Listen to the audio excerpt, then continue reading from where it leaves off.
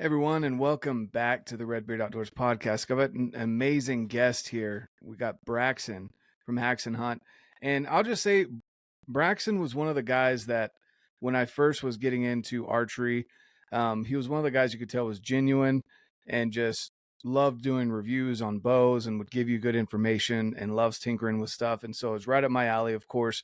And he was one of the guys that really I latched on to from the get-go.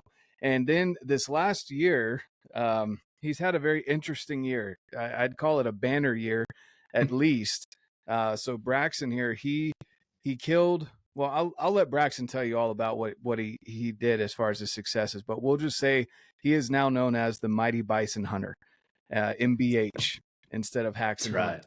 Right. So we're gonna dive into that a little bit here and see what happened. But he has gone full time into his passion, has turned it into a career, is supporting a family, and just had an outstanding last year. So, well, I guess with that introduction, Braxen, who are you to the people that don't know who you are?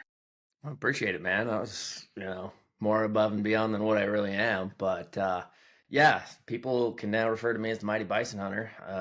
And there's a whole backstory to that we can get into if you want. But yeah, I started Haxen Hunt. It's not actually my name for those of you guys that are wondering. My real name is Braxen. But I wanted a second identity so I could, rewrite my story and made it into Haxen Hunt. So yeah, I just had the passion of, like you said, doing archery reviews on YouTube. So I started that what is it now? 6-7 years ago now. Gosh, time flies. And really didn't know what direction I wanted to take it, where it was going to go, how it was going to be.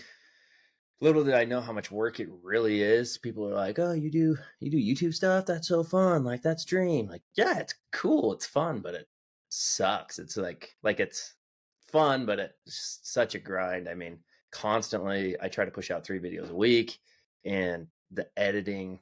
I'm not an editor. I'm technically challenged. I don't do that, so it's like a constant battle trying to learn. So if anybody wants to, edit my videos at a very low cost, let me know.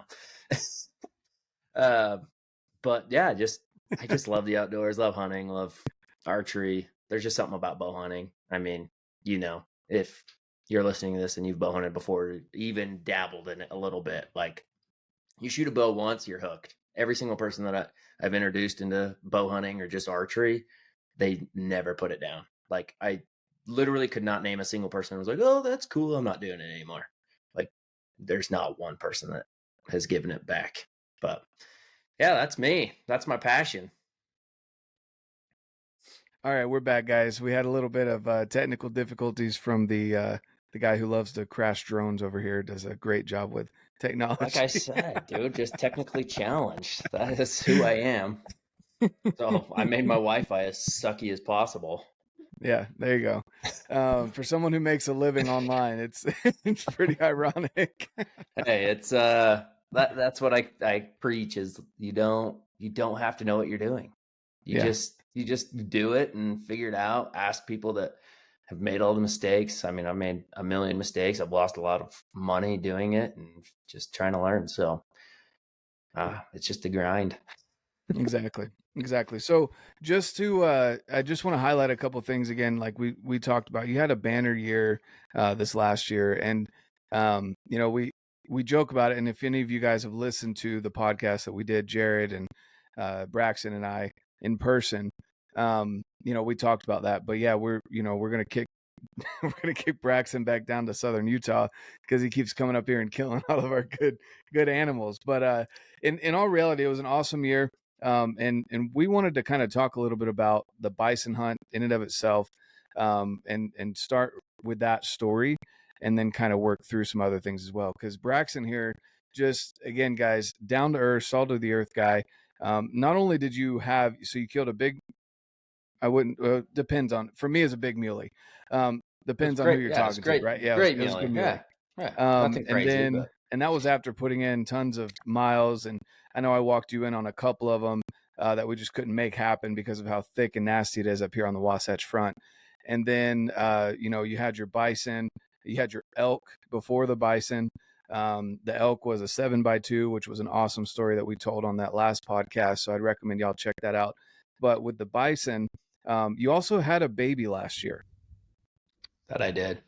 So, That I did. there's kind of a few big things that happen in that year. And then the supportiveness, of course, of your wife, the fact that you can go and take this time and making a name for yourself, but also going and having success that you've been dreaming of. And then to have a baby and for her to be at home. And then on top of that, you decide to quit your job and in a very fashionable way. So there's a lot Man, of, it's been a year. it's been when you wrap it up into like 1 minute, your year Yeah. is pretty insane.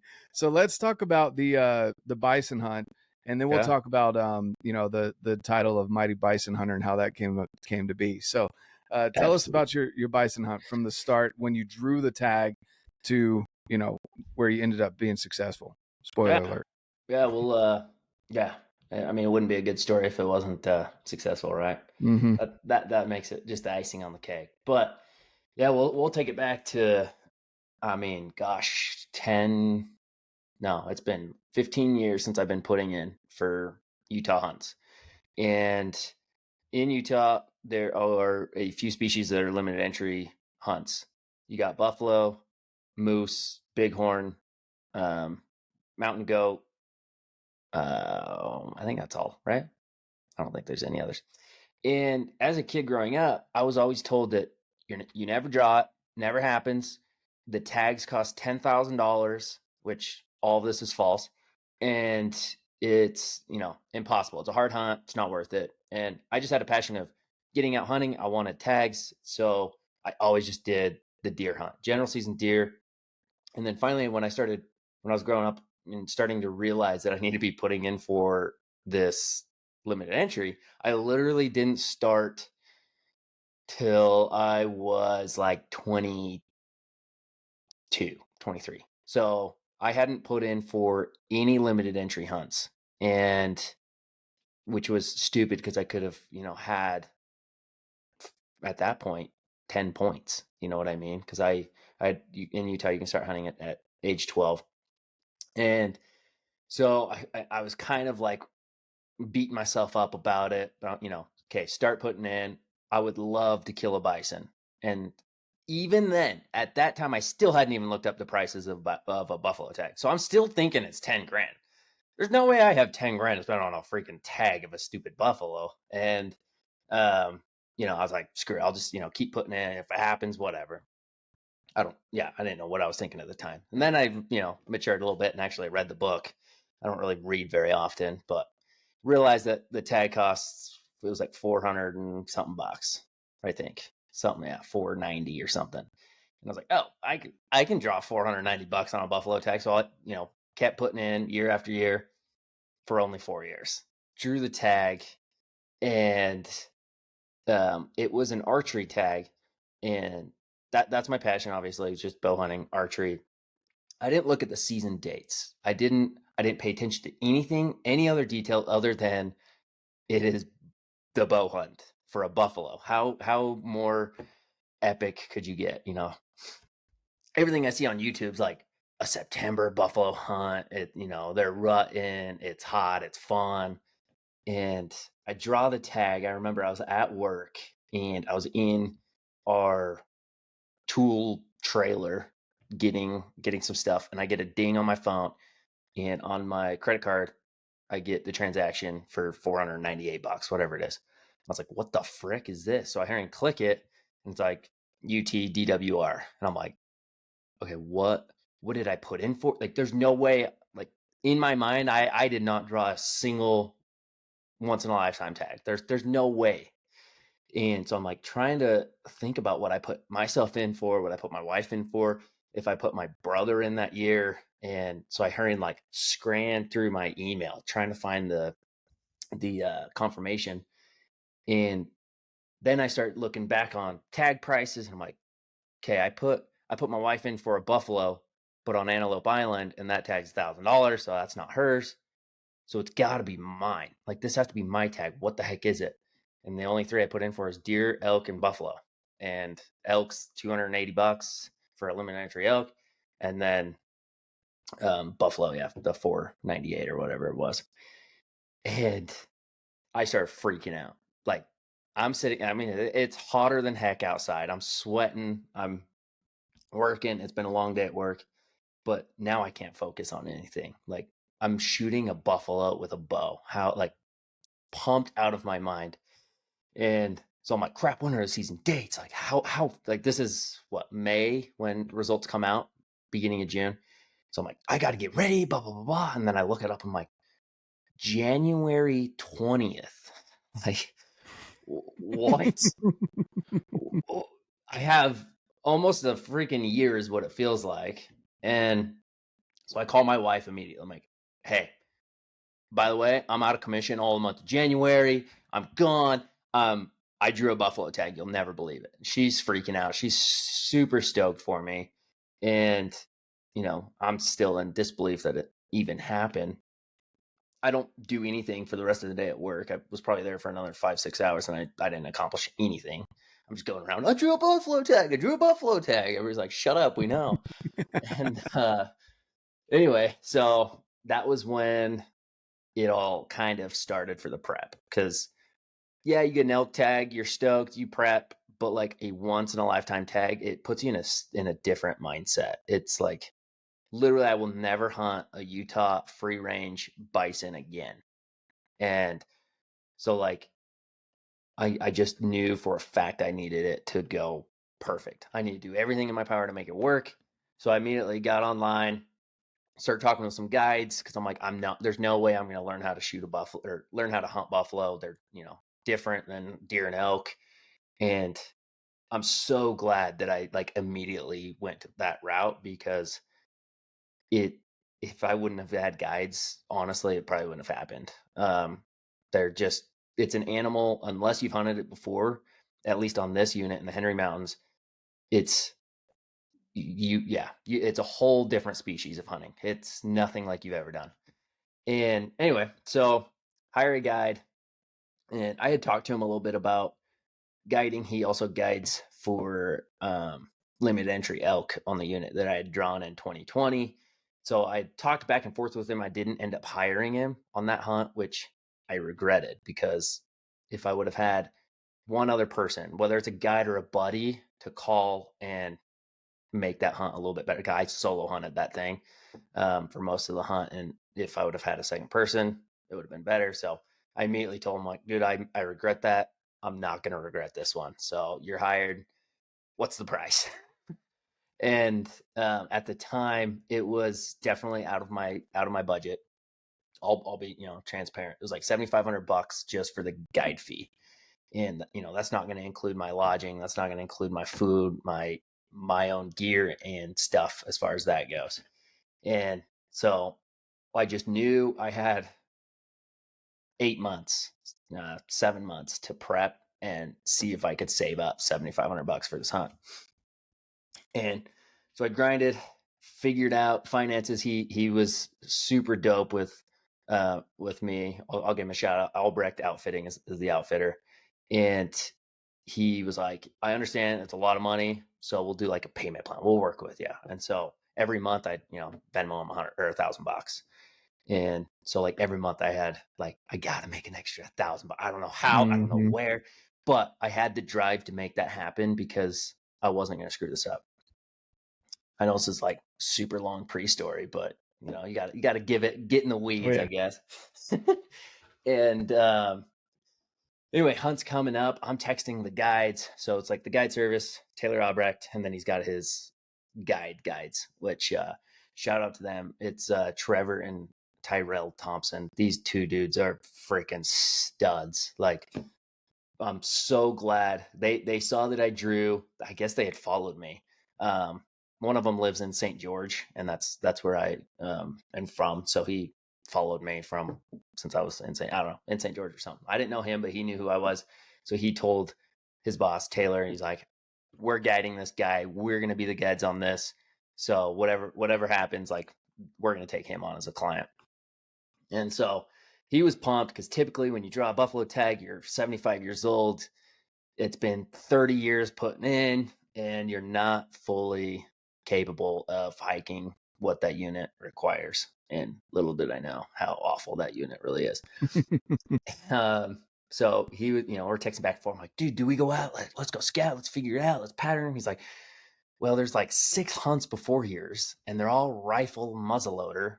Those buffalo just get thrown around, and there's no point in scouting. So like, I put my trust in him. Okay, that's what you're doing. I don't. You know the secret spots, the little pockets that are holding these things. So literally zero scouting, which gave me the worst anxiety. Where I'm like, what's a lifetime tag? Like, I hope this guy knows what he's doing. And they hadn't had a successful archery hunter yet.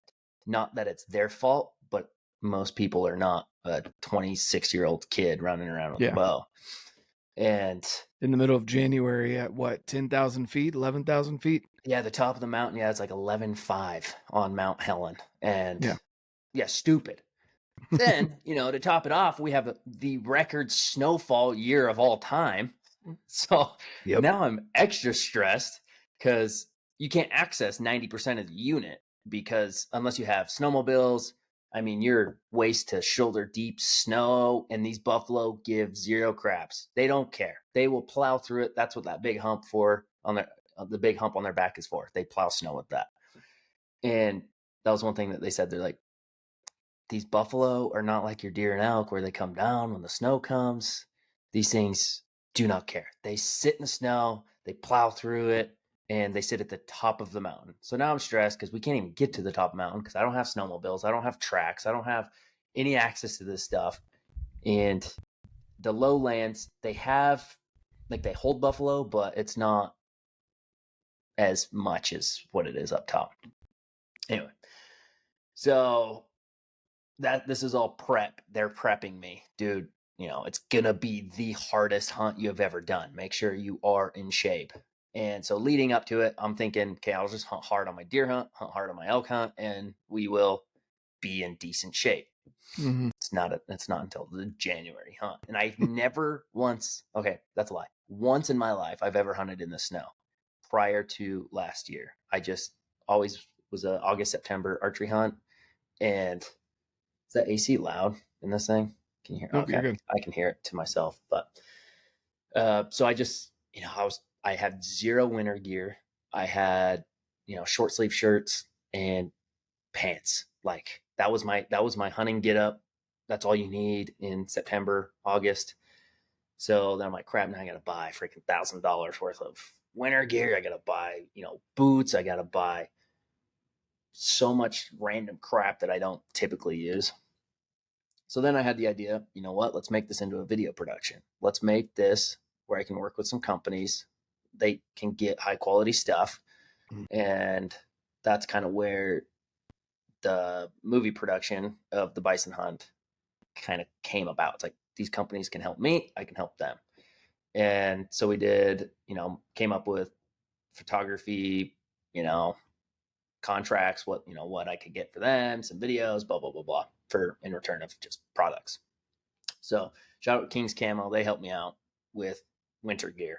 And that was a huge plus because I would have been screwed wearing my short sleeve shirt. And I got boots, got food, got arrows, got, stuff, everybody, coming together and helping me out. And so I had a full-time videographer and then a full-time photographer that were going to come hunting with me. So all of these moving parts, trying to put them together before this hunt. So not only am I trying to prep for the hunt, trying to prep to film it, get it all produced, blah, blah, blah, blah. Anyway, so we hunt hard November, December. November, I kill a deer. December, I kill the bull. And I mean, we were out a few times, how sucky the hiking is. And it's just that deep snow. It's fun, but it's terrible. It's just a grind. It's painful. So I'm feeling better about hunting in cold weather after, we did those hunts. And so January's coming around, and back in May when I drew the tag, when I got the confirmation. Well, just real quick, I want to touch on that so people understand what you're talking about. So you killed the mule deer in November. Was it November, December? It was November. Yep. Yeah. And Last day in and that November. was in the snow. That was freezing. And then we went after elk, and it took me a normal hike where I went to go catch up to that elk that you ended up killing would probably have taken me, I don't know, I'm trying to remember. I've blocked it out of my mind because that hike sucks so bad. But like, Well, let's just say you got a phone call at like 9 a.m. yeah. I was an hour south at work, Hmm. and I had enough time to go home, get my hunting gear, drive up the canyon, make the stalk before Yeah. you even made it there, and you were already up there. So I was gonna say, yeah. So we were on top of him we were about 100 yards away from him when when the elk popped up, and you were coming up from the bottom, and that's where. Anyway, yeah. So it probably took us 2.5 hours to get through this knee deep snow. We had to come down a valley, cross the valley, and then come up the mountain, go down again, and then up again. And I think we went like side hill through some nasty stuff to finally get above him, and we still couldn't see him because that nasty oak brush. And then you come up from the bottom, and that's where we could see him because he popped up because you either shot him or spooked him. Anyway, long story short, the snow is no joke this last year, and that was at lower elevations, let alone the 9, 10, 11,000 feet you were at. Yeah, no, and the snow hunting is something I don't think a lot of people understand. In the mountains, snow hunting, if you're out in the fields and it's still deep, you wear your snowshoes, call it good. But like this stuff, snowshoes suck when it's straight up and down. You're breaking through. It's just, I mean, that day was a blizzard too. I mean, Mm-hmm. it had probably dumped an additional 18 inches of snow the day of Oh, that yeah. elk. And yeah, so mentally I was feeling better especially after that hunt. So I'm like, okay, there was a lot of snow. I can figure this out. And Yep. so yeah, that definitely helped. But yeah, going back to May when I drew the tag that day, the owner of the company I worked for was there on site, and I walked right up to him. I said, "Hey, month of January, I'm gone. I'm using all my PTO. I'm here's your heads up. 7 months in advance. I drew a buffalo tag, so minimum I'll be gone 2 weeks because that's how long the hunt is. Okay, absolutely, that's totally fine. Sweet. Gave him respectable distance in time to figure it out. Anyway, so that was back in May. Okay, fast forward back to January. We're prepping. I I guess that's another stress that was on my shoulders was the truck situation. So I Mm. had at the time old 1991 Toyota pickup, killer truck, loved that thing, but driving 600 miles to the unit, back and forth. Um, I actually drove my wife down to St. George, dropped her off at my parents' house so she could be there with my kid, and then I would drive out to the unit. So I didn't have space in that truck. So now I'm like, crap, I got to rent a truck. I got to, like, all of these expenses are piling up. So I made it even worse. Instead of renting a truck, I went and bought a truck. And literally, like, that was Not just probably any the, truck, brand new Tacoma 4-door TRD off-road package.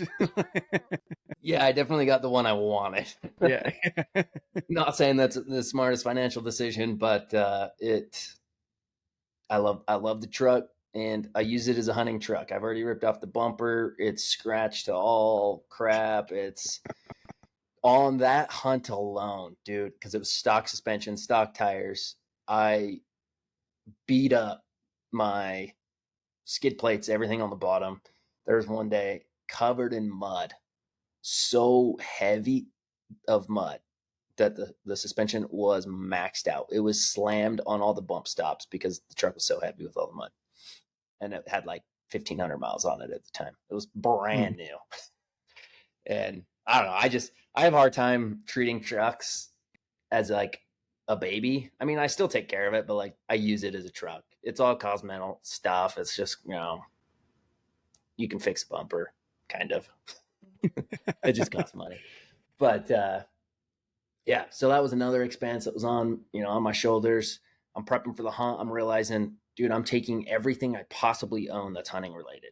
everything. And I can't fit that in a Tacoma. Tacomas don't have room. Like it's a small baby truck.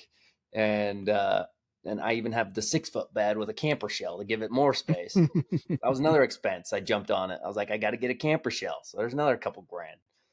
And it was all in preparation for the stupid buffalo hunt. And again, I don't regret anything, just because I just wanted it to go as good as possible. Yep. So moral of the story so far is do the preparation for your dreams, for your hunts, for something. I mean, in that preparation, you're going to be successful with some stuff. And so then I rent a U-Haul trailer to have enough room for all of my crap. I should have taken a photo, dude. I filled up an entire 5x8 enclosed trailer from the ground to the ceiling with stuff. Wow. Yeah. I thought I packed heavy. Jeez Louise, man. Dude, I was like 2,500 pounds worth of crap. I took like 2 backup bows. I took my bow press. I took any equipment that I had to work on my bow. I probably had 3 dozen arrows. I don't know. I didn't want to get there and think, crap, I should have grabbed this. I went there. I had more than enough. I mean, I probably could have been out there for 6 months with what I brought. And then on top of that, I had to figure out lodging. And there's not a lot of lodging in the town of Hanksville. Most people don't even know or have heard of Hanksville, even if they're from Utah and even in surrounding areas.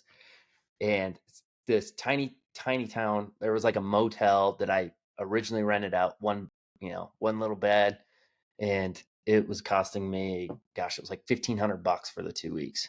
And I was like, that's, I need a place to stay. I don't want to, I'm not camping in January. There's no way. I want to be able to be in my comfort every day, get up, go hunt hard, and not have to worry about freezing all of my water, freezing my butt off in a tent or whatever. So yeah. So you just have to worry about bed bugs in a motel.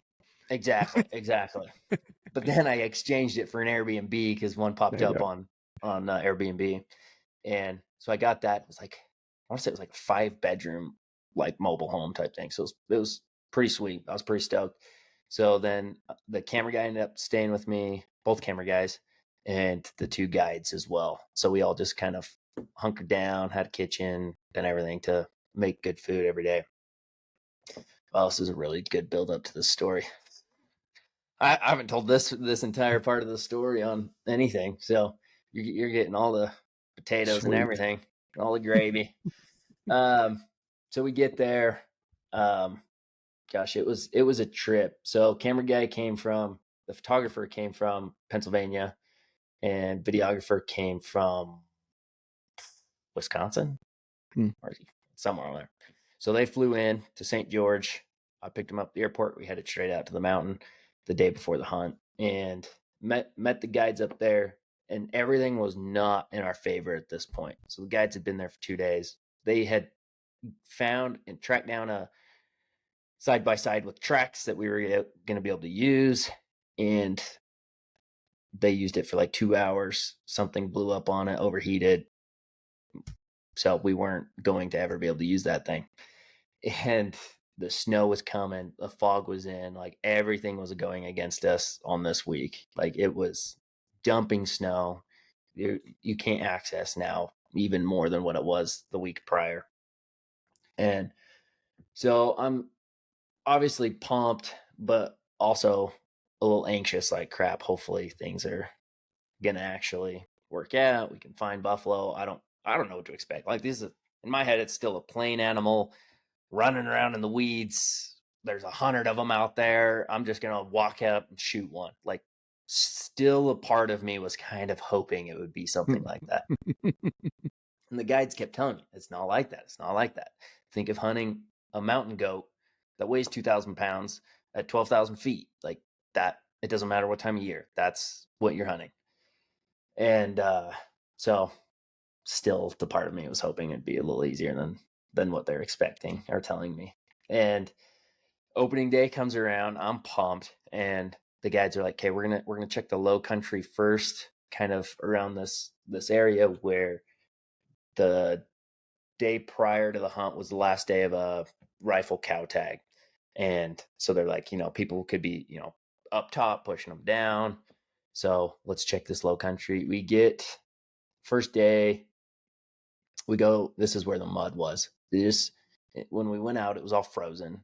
But by the time we were coming back, it was not frozen. The sun had thawed all the mud, and this is like clay mud. If anyone has ever messed in southern Utah clay, it was, I got my truck stuck about, I think 3 times and had to get pulled out by the guide's truck. Most of it was just because I had the long bed with stock suspension. And so my departure and approach angle are terrible. So I kept just digging my bumpers in, and he had a jacked up short bed one that he could make it through all this stuff. Anyway, so I'm beating the crap out of my truck. I'm like, crap, if it's going to be like this for a week, I'm not even going to have a truck by the end of this. Like, this is going to be rough. But we're all still pumped. Like, we're amped. And no buffalo day one. Didn't see a single buffalo wait, am I lying?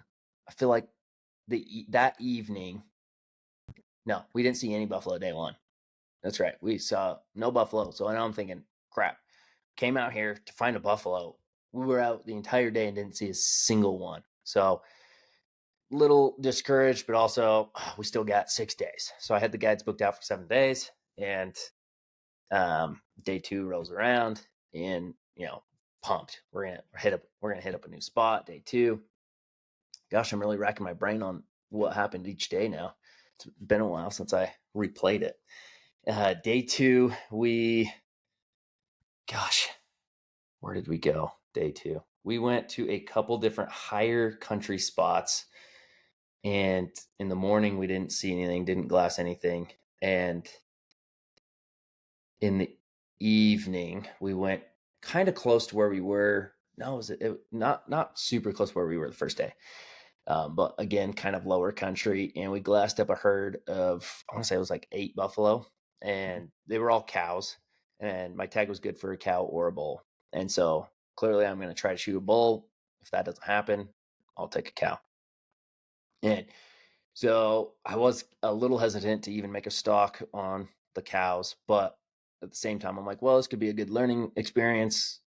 Make a stalk on some buffalo, see how they react, see how, we can get in their body language and stuff like that. So we ended up making a stalk. It was probably like a 2-mile stalk. And this is, covered in snow, super steep hills, slate rock, just a very difficult hike. But we ended up coming in on them. When we had glassed them, they were all bedded. But by the time we got over there, they were kind of just up feeding, walking around.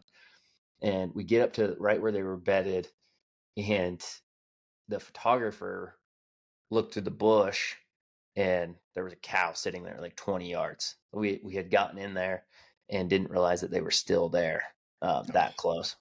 We thought they had kind of fed up and over the backside. So she spots us, she spooks, they all kind of take off. I had them at like 60, kind of filing through the cedar trees, and tried to get them to stop. It's not like a deer and elk where you can mew or, it's like, like trying to come up with a buffalo noise. And they all just kind of single file run away.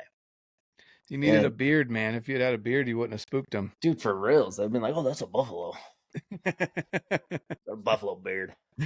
And so that was the point where I realized buffalo don't stop, they don't care, and they don't run a few hundred yards. They run minimum, literally minimum, and I know this for a fact to a T. 6 miles. I've seen it. Yeah, I've seen it multiple times. 6 miles minimum. So I'm thinking, they'll run up and over, crest over this ridge, maybe start feeding again. They didn't really know what happened. You can do that with elk sometimes. Definitely do it with deer all the time. And no, they were gone. Long gone. They were in a different country. And so that concluded day 2. That was the evening. Day 3, we went back over there. We got snowed out completely, like white out, snow, fog. You can't see anything. But we knew that there was another herd of buffalo in there because on our way out, we went around like one way, but then our spotter came back another way and had not really bumped, but ran into like 3 or 4. He said one of them looked like a good bull.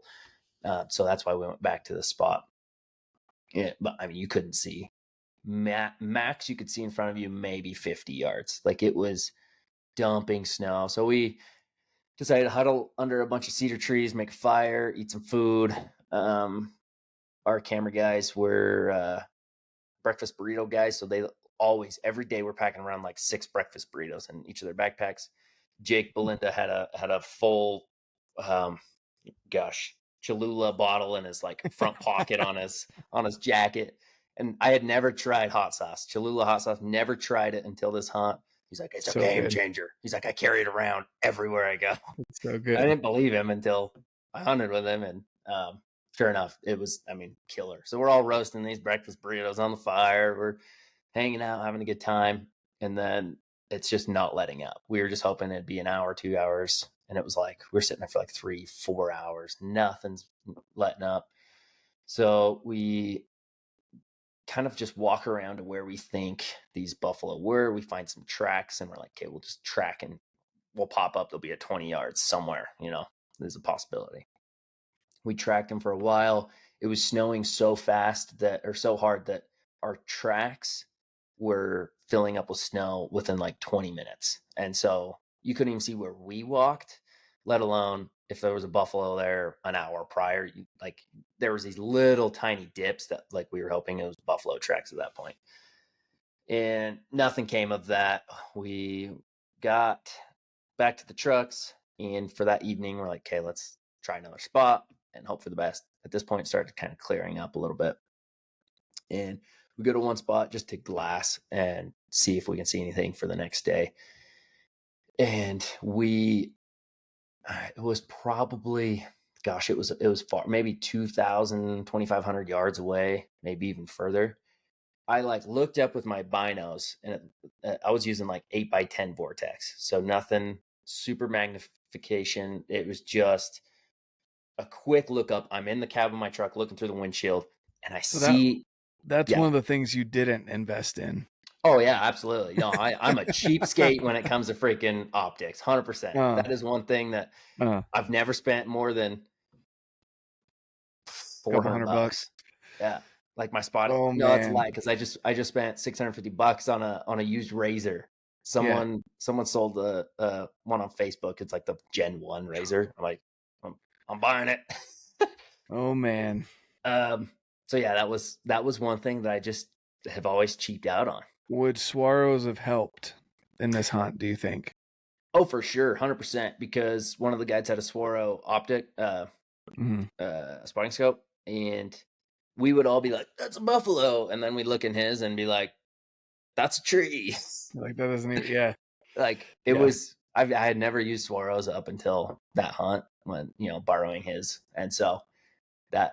Yeah, definitely. It does make a difference. 100%. It doesn't matter how big the animal is. A buffalo's the size of a barn, and it's black. Like you would think it's easy to spot in white snow. No, it's impossible.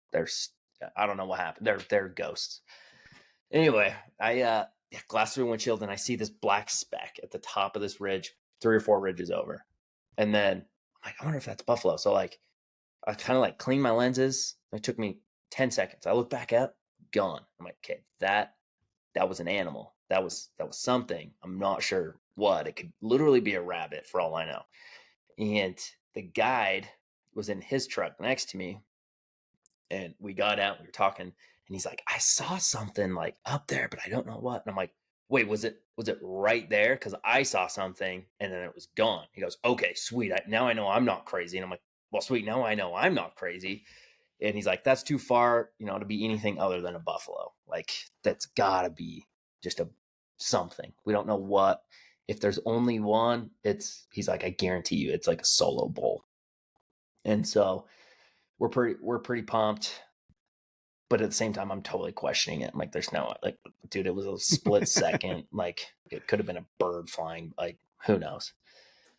And so we make a game plan for the morning. We're going to come back to the spot and get in up there. I mean, it was a long hike in the snow. We're going to find tracks, whether it was a rabbit, a deer, or a buffalo. We're going to find tracks and hope to, get in on something. So we get there in the morning, and the way that you want to hunt these buffalo in the morning is they have pretty good eyesight, and you don't want to bump them. So you don't want to hike in places in the dark.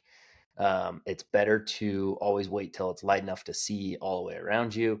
That way, if you do run into something, you don't spook them, because they will run 6 miles, guaranteed. No ifs, ands, or buts. So that was something different to me, where like I wanted to get in, go a couple hundred yards away from the spot, first light, be there to glass. And they're like, he could literally be anywhere in here overnight. So we wait till daylight and start hiking. We're glassing, hiking, and we glass up a herd of deer, which blew my mind, at the tip top of the mountain. They were just feeding. I mean, their bellies were dragging in the snow, like they couldn't even walk, type of thing. And so we're like, okay, if deer are up there, or buffalo are freaking up here somewhere. And we're hiking, we can't find tracks. Finally, one of the guides kind of peeled off and hit tracks, and he's like, guys, it's here, it's somewhere, and it's buffalo. So he radios us. We follow his tracks to get there, and this is like 2, 3, 4 feet of snow, depending on what side of the hill you're on. And we catch up to him, and there's beds everywhere from one buffalo. He spent the night right there, but his tracks were ginormous. Like I'd seen, moo cow tracks, moo bull, tracks. Yeah. And they're big, but this swamped all of them. And these guys are looking at me like, this is the largest track we've ever seen. We need to treat this serious. This is going to be a massive bull. And so I'm kind of freaking out. I'm like, okay, well, I don't know what I'm doing with a buffalo, but here we go. And he bedded probably 6 or 7 times. There's poop everywhere. There's pee. Like that was his house. He was living right there. So they're like, he's close. Like there's no way he's further than a couple hundred yards. So we're going to send just you and then the video guy up there. You track for 100 yards, nothing happens. Radio will come up and just kind of leapfrog as we track this thing. So I'm tracking, moving as slow and as quiet as possible. I mean, just taking the time. Buffalo if they have a home, they don't migrate a whole lot. They're just kind of in a little pocket. They'll chill there. And then the lone bulls, they just want to be by themselves. They're just, hanging out in little pockets where it's just totally hidden. This was a hidden little pocket it was pretty sweet.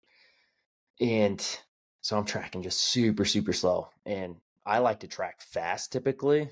So it took a lot of like mental power to slow myself down. Just, take literally 1 step, 2 steps, pan the whole area. 1 step, 2 steps, pan the whole area. And because I did not want to screw it up, I make it about 75 yards from where the beds were. And there was 2 cedar trees kind of making a really tight game trail right through it. And it was kind of like a turn to the left through it and, pop out on the other side. So you can't see anything, obviously, standing in between a couple cedar trees. So it was like a 3-step thing, and scraping just like my jacket and my bow, because it was pretty tight, but just the tracks were going right through it. And I make it through, and then all of a sudden, this thing emerges from the earth, this mammoth, just the biggest animal I've ever put eyes on, just stands up 10 yards from me. There's a massive cedar tree, and he's on the other side. He was bedded, and he just stood up. And he's broadside, 10 yards, the biggest, thickest cedar tree you could ever have. So I'm thinking, I don't have a shot, but like this thing is 10 yards. This thing is massive. Now I'm scared for my life. I'm scared of moo cows when I'm out in the freaking mountains. Like now there's this 2,500 pound creature looking at me. He knows I'm there. and he's not scared of me because nothing out there kills these things other than some people hunting. They don't have predators out there. Anyway, he kind of is curious to know what the heck I am. So he was facing to the left, and so he kind of walks a little bit around the tree. And again, it's a cedar tree, big thick stump with like an umbrella bush thing. So even when he walks past the stump, it's still just the hangover of the branches and everything. And now he's facing me head on, looking at me. His head's probably 8 yards from me. And all I can see is like I can see his whole head, but his like nose was just like on the ground, and it was like, I swear to you, the size of a freaking basketball. Like the largest nose that's just sitting there, just I can obviously hear him sniffing, like he's wondering what the heck I am. And so at this point I'm full drawn, hoping that he'll sit in a pocket. And I'm standing up, I kneel down, I'm like trying to get an angle, I can't get anything, so I let down. And I'm sure he saw me, but he just at this point really didn't care. So he kind of like turned back towards his bed and walked on the right side of the tree. And there was a little tiny pocket hole through the cedar where I could see his armpit, like right where I wanted to put it. So I go to draw. I can't draw my bow. Like out of the adrenaline, the fear, the rush, I literally cannot draw my bow. I've never had an issue drawing my bow ever. And it didn't make it in the video, but the film of it is hilarious. Like I literally can't, I'm trying as hard as I can and I can't draw my bow. Finally, after it felt like forever, it was probably like 5-10 seconds, I'm able to get it back, and I settle my 20 pin on him right in the armpit. I'm thinking, I looking back now, I definitely rushed the whole situation. I should have just let it play out a little bit more, but I shoot and I just see the arrow disappear. I'm like, dude, I just smoked this thing. He obviously takes off running, and you're not supposed to chase buffalo, but I chased a buffalo, and I wanted to get a second arrow in him. So I booked it after him. I didn't have my pack. I didn't have anything. All I had was my bow and myself. So we run, probably 300 yards down the hill, and camera guy, I mean, he's long gone. He's nowhere to be anywhere seen. And I get back on him at like 100, 120 yards, and I'm glassing. He's on the other side of this hill on this like valley. I'm glassing. I don't see any blood. I don't see my arrow. I don't see anything. So I'm like, crap. Like, did I hit him? Like, I'm confident. Like, it was right 10 yards. How the heck do you miss a barn at 10 yards? Like, it's just sitting there. And I radio like to the guides. I'm like, I shot him. Get over here now. Here's my coordinates. Follow his track. See if you see blood. I didn't see any blood. And they said, like, a lot of times when you shoot a buffalo, their hair catches all, kind of like a bear, catches all of the blood, and it won't drip for a while. They're like, sometimes 1 to 2 miles in, they won't bleed on the ground. So then that's helping my spirits. I'm feeling better, hoping that that's the case, but there's also the question in me. And anyway, the camera guy, he was my arrow guy. He's the owner of Method Archery, and he knows his arrows. And when he caught back up to me, he was like, dude, I heard your arrow ricochet. And I was like, there's no way. It's like, no, that's false. You don't know what you're talking about. I'm just in denial. He goes, no, dude, when an arrow hits something and just topples, where it goes, I'm like, yeah, but I didn't hear that. I saw it go through. I'm like, I don't know why you wouldn't have heard that. It's not like you were focused on the bison or anything. Exactly. And he couldn't see the buffalo from his point of view. He could only see me because he was, like I said, those 2 cedars that I went through, he was right behind me. So he could just see me at full draw and everything, but he couldn't see the buffalo. And he's like, let's replay the video. We played on his camera. You can't hear anything on the camera speakers. Camera speakers suck, so it's hard to analyze that sound. Anyway, they looked for my arrow, and it was empty. There was no blood, no hair, no nothing. It toppled. So we confirmed it was a miss. So we stayed on his tracks and we tracked him that day. It was probably, I think that was the first 6 mile track. We tracked him 6 miles, and I learned a lot about buffalo tracking. And like, you can tell, it might sound stupid, a lot of people might already know it, but from the distance of their steps, you can tell their speed they're going, how they're chilling. Like at first, it's like every 3 feet is a step, and then it would get every 2 feet. So, he's kind of slowing down. And then all of a sudden it'd be like shuffling. And when it's shuffling, he's walking around. He's just feeding. And then we found a bed. So we're like, okay, if there's a bed, he's calm. This is at the 6 mile mark. And so I'm slowly following his tracks through these cedars. I spot him. He's like 180 yards, just feeding through these cedars. Mm-hmm. And on the video, there's footage of this point of him, and he's giant. Just at this point, I'm not the only one that's seen him. Everybody finally got a view of him. And they're like, this is the largest bull to ever. If I kill this thing, it'll be the largest archery bull bison ever killed. Like, it was that big.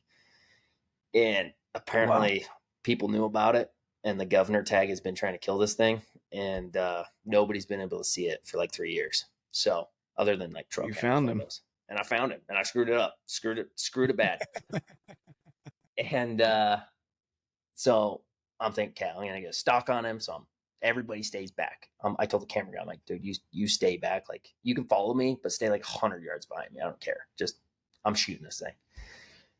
And I get going around, and there's this little ditch. I'm on one side, there's a cedar tree, and there's the other side. I get up there, and I'm kind of just looking around. I don't see him, and all of a sudden he pops out behind the cedar tree across this ditch, 30 yards, just right there. So I come to full draw, but he's walking, and it's like the pace of like a hopping deer. Like, it's freaking fast. And I didn't feel comfortable just taking a moving shot. I'm like, he doesn't know I'm here. So it's like 30, he's 40, he's 50. And I'm like, okay, how do I stop a buffalo? So again, I'm like, I tried to make these noises, and he never stopped. He just kept going. Didn't care. Didn't care. So we tracked him again, probably another 5-6 miles until dark. And we just, we figured, okay, we'll get back on these tracks in the morning, keep going. Come back the next day, get back right where we ended, follow his tracks. We go another 5 miles from that point, 5-6 miles from that point, and get on a bed. And so we're like, okay, well, he's going to be in here once again. Here he goes, And so now we're starting to get the groove of it. You find the bed, he's close. So we're following his tracks.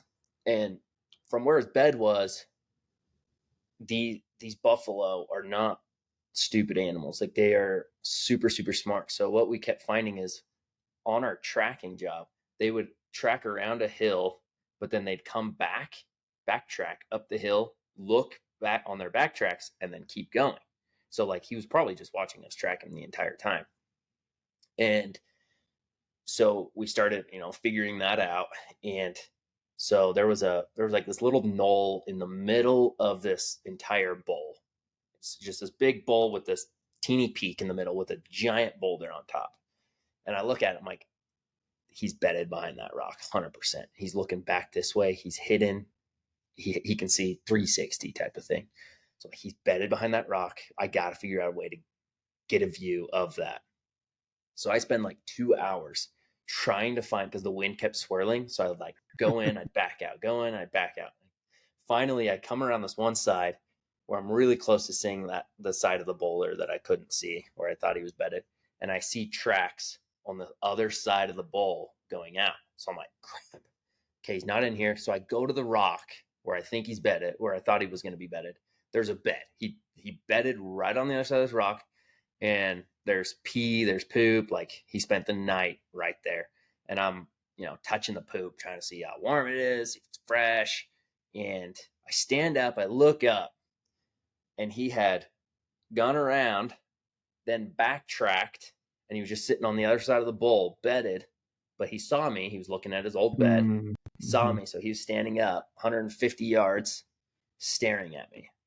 So The only movement I did was I had my bow, I grabbed my rangefinder and I set it on top of my limb, and I'm just looking through my rangefinder, ranging him, hoping that 150 yards turns to 60 somehow.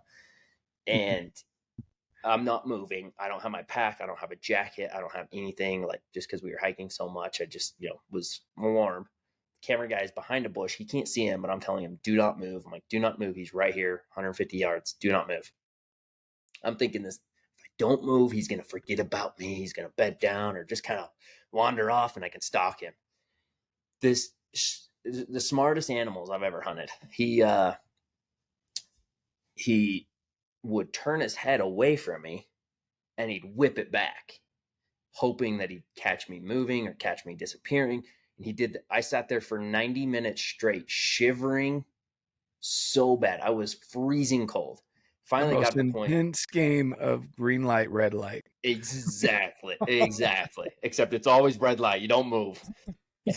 And when I couldn't take it anymore, he turned all the way around. He had done it multiple times, turning fully facing entire body, and he'd flip his entire body around. So he turned, and in my head I'm thinking, okay, he's going to turn back, and I'm analyzing, he's waiting for me to move. That's my thoughts. Finally, I was too cold. I couldn't take it. So he turns all the way around. I jump behind the tree.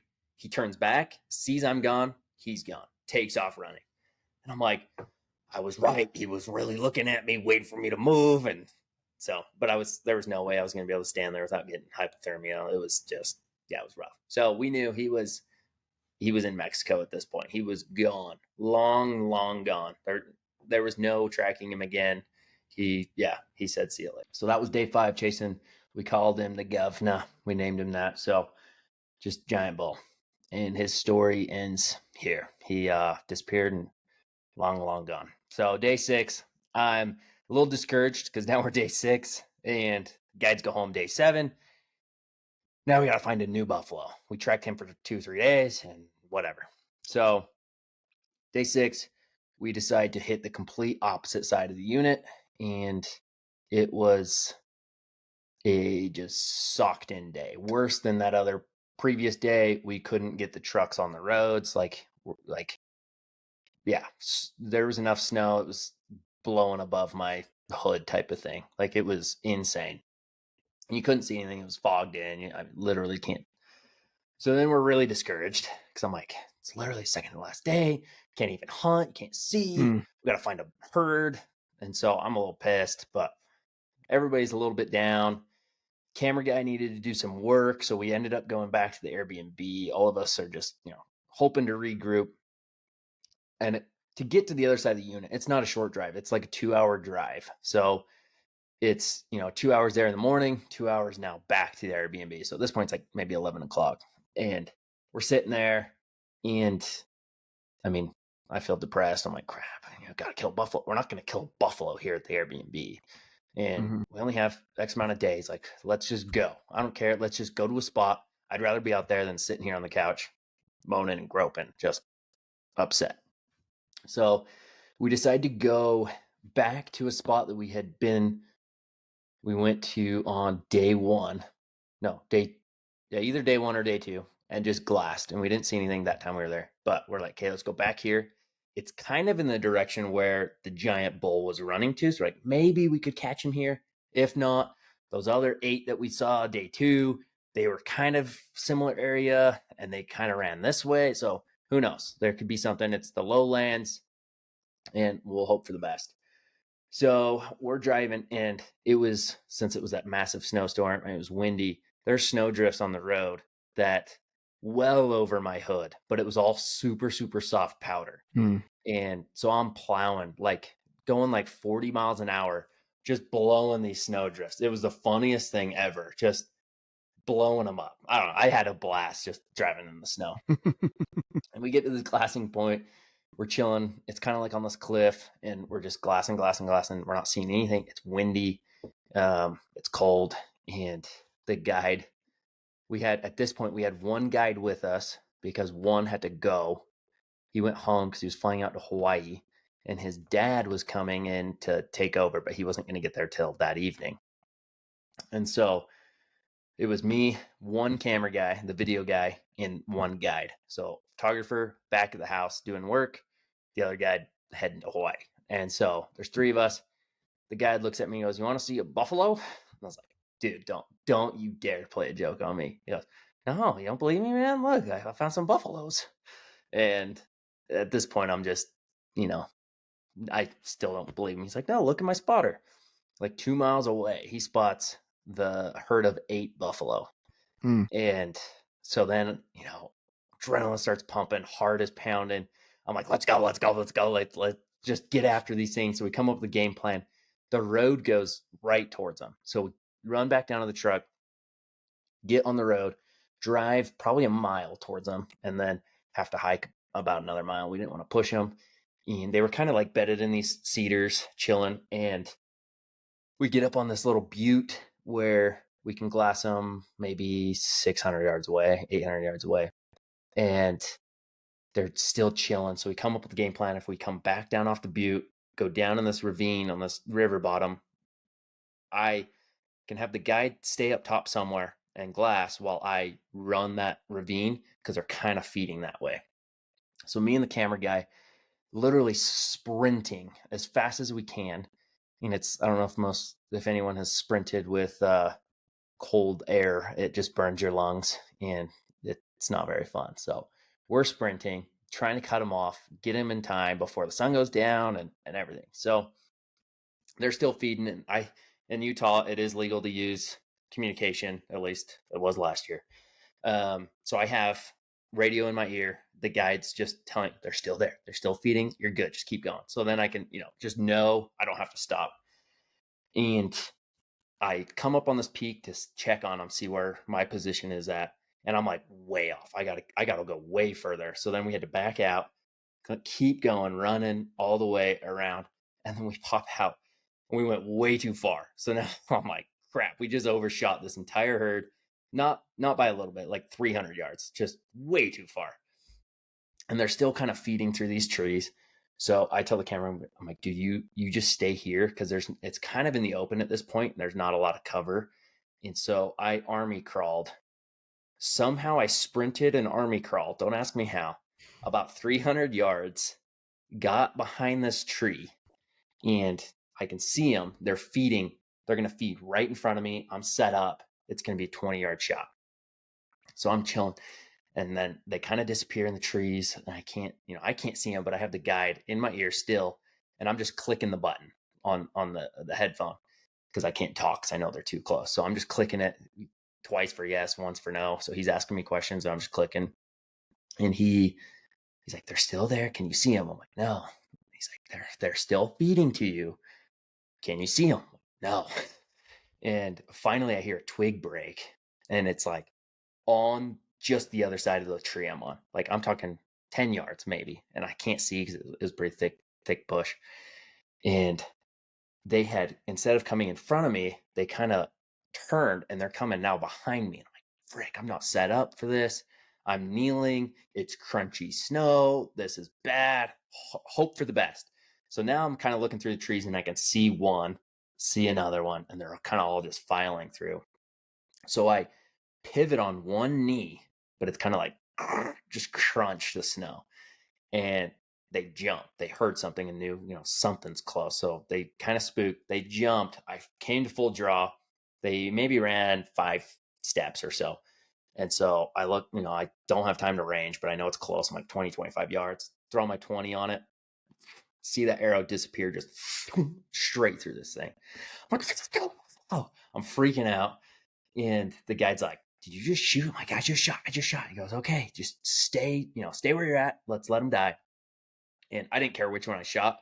I just wanted to make sure it wasn't a calf. And they were all, cows. There was one bull in it, super young bull, half the size of any of the cows type of thing. Anyway, so he's looking down and he sees one bed. And he goes, "Okay, that's her. I can see her arrow. She's dead." All of a sudden, he gets a spotter out because that was just through his binos. Gets a spotter out to verify. And he radios. He's like, "They're all standing and they're all feeding. There's not one bedded anymore." I'm like, freaking. He's like, "Where'd you put the arrow?" I'm like, well, on an elk, it's a great shot. It's a double lung shot. And he was like, yeah, no, that's, too far back for a buffalo. It's got to be low and way forward. Hmm. So, freaking out. Anyway, since we only got like 11 minutes to go, because it gets better the next day, we let her go overnight. And there's blood. I mean, she's bleeding out both sides, a little bit of blood out of her snout. It should be good. Like, it's snow, we'll track her.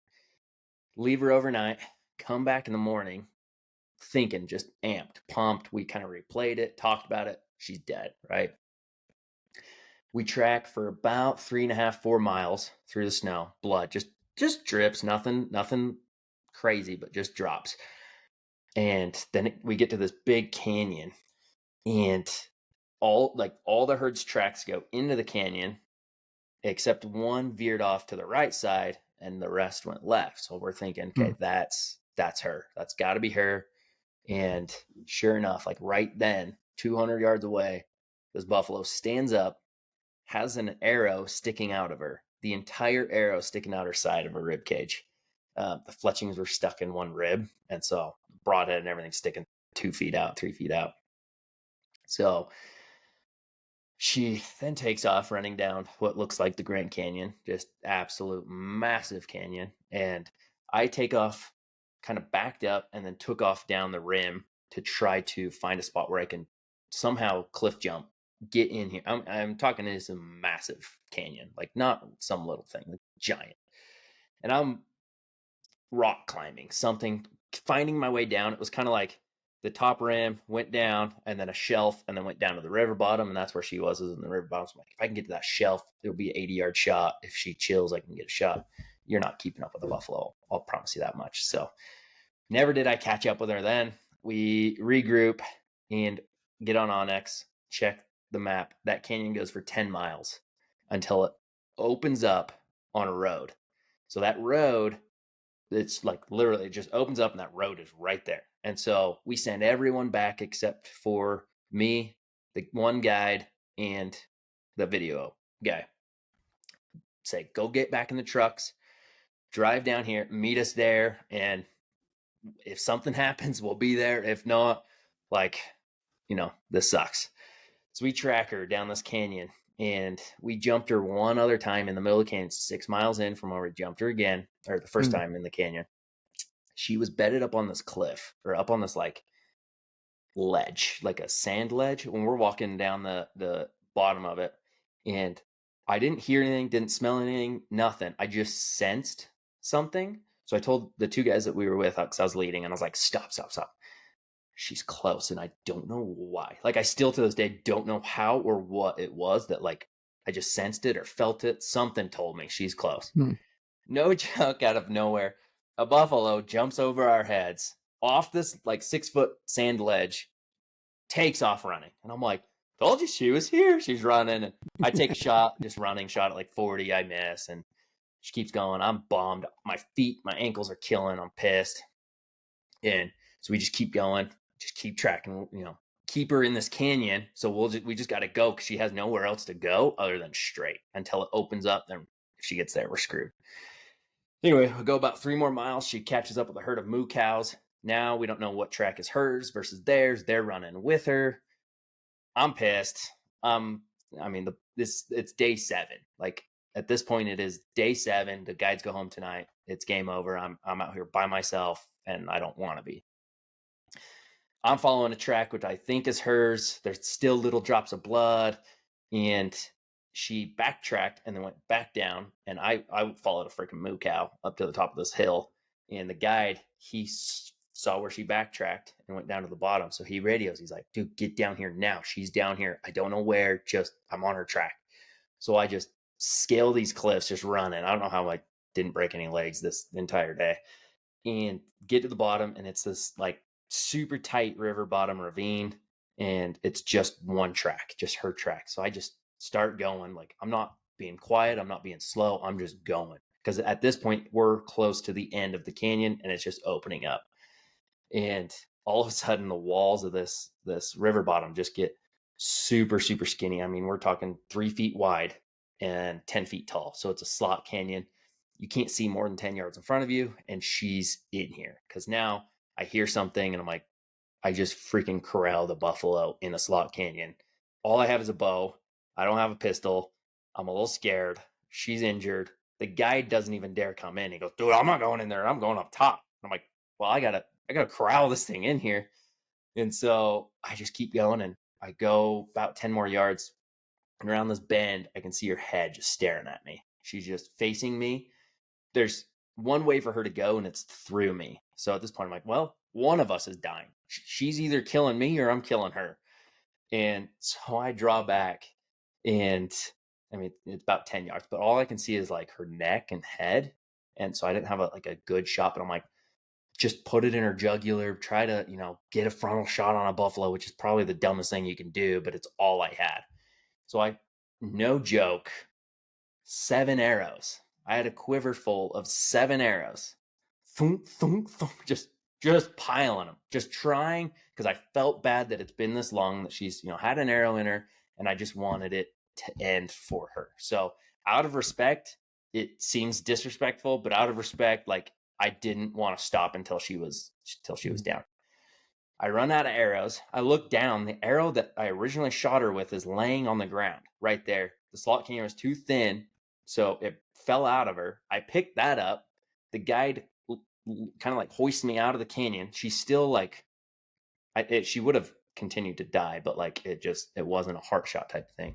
So he pulls me up. I get up on top. It's like a 5-yard shot. Put that same arrow, shoot that one again, right through the heart. She's dead in the slot canyon.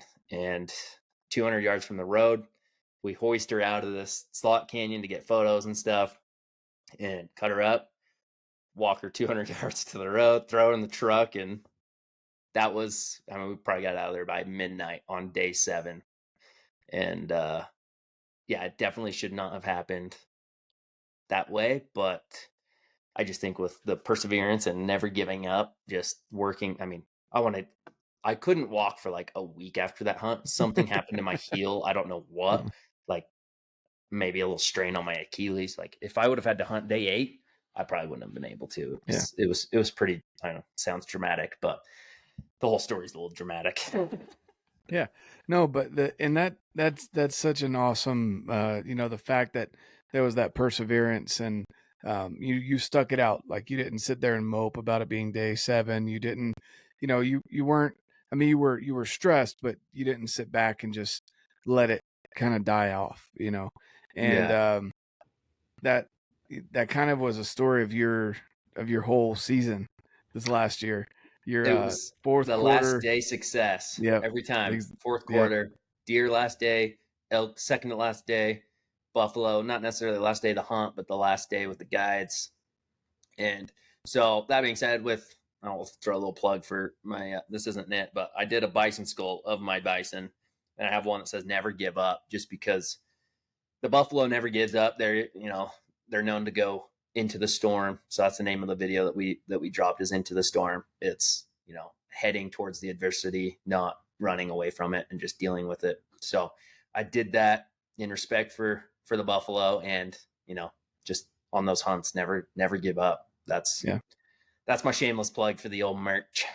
Yeah, no, for sure. And yeah, we're running up on time here, so I won't ask you to tell your story about the mighty bow hunter, but I will say people can go and look at that video on your YouTube and listen to why you are the mighty bow hunter, or sorry, mighty bison hunter.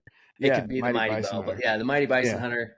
If you go to my YouTube, Haxen Hunt, it's titled like how I lost my job. So Yeah. or I got fired or something like that from my buffalo hunt. So yeah, look that up. It's a quick 7 minutes and tells the whole story. It's pretty Exactly. funny. It's pretty Yeah, funny. no, that's so cool, man, and I appreciate all the detail, and I think there's a lot of people that don't they don't think about that for a bison hunt. I've known some people that have gone into that area. I know someone that had a rifle tag out there, and I think it was just a cow tag, but they talked about how much it sucked, just the mud, the snow, all the crappiness that goes into it. So, no, that's That was good. That was definitely good to share all those details. So where can people find you if they don't already follow you? I'm assuming most of them would by now, but if they don't know where to find you, where can they find you at? Best place, Instagram and YouTube. Those are where I'm most active, and both of them are just Haxen Hunt, Haxen Hunt. I post a lot of bow hunting stuff and archery stuff for my Instagram, and then YouTube. I focus more on like bow reviews, site reviews, just archery equipment reviews, and then obviously my buffalo hunts on there. So it's worth a watch. It's pretty epic. I'm pretty stoked with how it turned out. It's a quick like 22-minute film, so nothing too crazy. I don't know how he fit in 7 days, 6 terabytes worth of footage in 22 minutes, but it turned out pretty good. No, that's awesome. Yeah. So, guys, I'll leave the links down below where you can find Braxen. We're gonna have to have Braxen back on again because, again, like I said, he's one of the guys that really I latched onto from the get go. I really appreciate your style, how you're just so genuine, down to earth. You really are a hard worker. You're not even really a gym rat or a fitness dude. You just bust your tail on the mountain. You just really enjoy getting after it, and that's something that I can't highlight enough. There's a lot of people that you'll see them on YouTube and stuff like that, and they'll think that maybe you're just a 1 day success or whatever. But I've been on multiple hunts with Braxen here, and I can say he definitely does put a lot of effort into his success. So go check him out, guys. Thanks again for your time being here on the podcast, Braxen, and Appreciate it. sharing your story. I think you're the only person I've had on 3 times at this point. So Let's go. Let's go. We'll make it into a fourth time if the season goes good. Exactly. Awesome. Well, thanks again for being on. And of course, guys, like I always say, get out, live your life, and love it.